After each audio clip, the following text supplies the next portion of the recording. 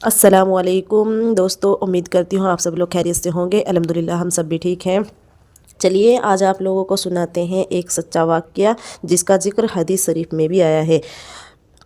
پیارے نبی حضرت محمد رسول صلی اللہ علیہ وسلم نے فرمایا کہ کسی جنگل میں ایک شخص رہتا تھا۔ بدلی میں اس کے یکایک ایک آواز سنی کہ فلاں شخص کے باغ کو پانی دے۔ اس آواز کے بعد ساتھ وہ بدلی چلی اور ایک کنکریلے پتھریلے علاقے میں خوب پانی برسا اور تمام ایک نالے میں جمع ہو کر چلا۔ یہ شخص اس پانی کے پیچھے ہو لیا۔ دیکھتا کیا ہے کہ ایک شخص اپنے باغ میں کھڑا ہوا بیلچے سے پانی بھر رہا ہے۔ اس نے باغ والے سے پوچھا کہ اے اللہ کے بندے، تیرا کیا نام ہے؟ اس نے وہی نام بتایا جو اس نے بدلی سے سنا تھا۔ پھر باغ والے نے اس سے پوچھا اے خدا کے بندے، تو میرا نام کیوں پوچھتا ہے؟ اس نے کہا میں نے اس بدلی سے جس کا یہ پانی ہے ایک آواز سنی کہ تیرا نام لے کر کہا کہ اس کے باغ کو پانی دے۔ تو ایسا کیا کام کرتا ہے کہ اتنا قبول کیا گیا یعنی اپنایا گیا ہے؟ اس نے کہا جب تو نے پوچھا تو مجھ کو کہنا ہی پڑا کہ میں اس کی کل پیداوار کو دیکھتا ہوں اور 1/3 خیرات کر دیتا ہوں، 1/3 اپنے بال بچوں کے لیے رکھ لیتا ہوں اور 1/3 پھر اس باغ میں لگا دیتا ہوں۔ سبحان اللہ! خدا کی کیا رحمت ہے کہ جو اس کے کہے پر چلتا ہے اس کے انجانے ہی کام اس طرح پورے ہو جاتے ہیں کہ اسے خبر بھی نہیں ہوتی۔ سچ ہے جو اللہ کا ہو گیا اس کا اللہ ہو گیا۔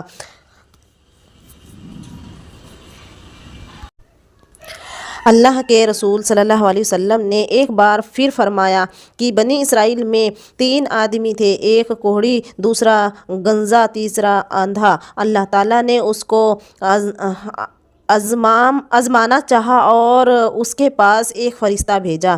پہلے وہ کوہڑی کے پاس آیا اور پوچھا تجھ کو کیا چیز پیاری ہے؟ اس نے کہا مجھے اچھی رنگت اور سندر خال مل جائے اور یہ بیماری جاتی رہے جس سے لوگ مجھ کو اپنے پاس بیٹھنے نہیں دیتے اور گھن کرتے ہیں۔ اس فرشتے نے اپنا ہاتھ اس کے بدن پر پھیر دیا، وہ اسی وقت اچھا ہو گیا اور اچھی خال اور سندر رنگت نکل آئی۔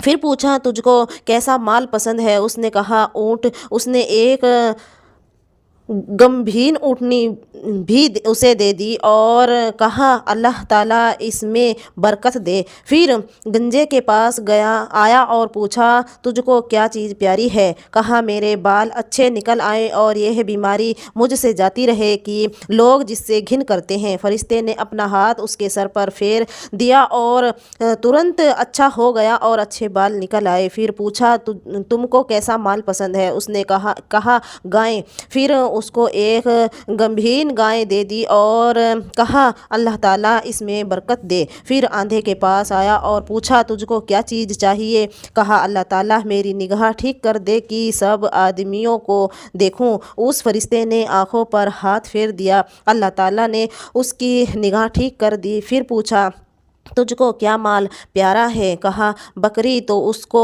ایک غمگین بکری دے دی۔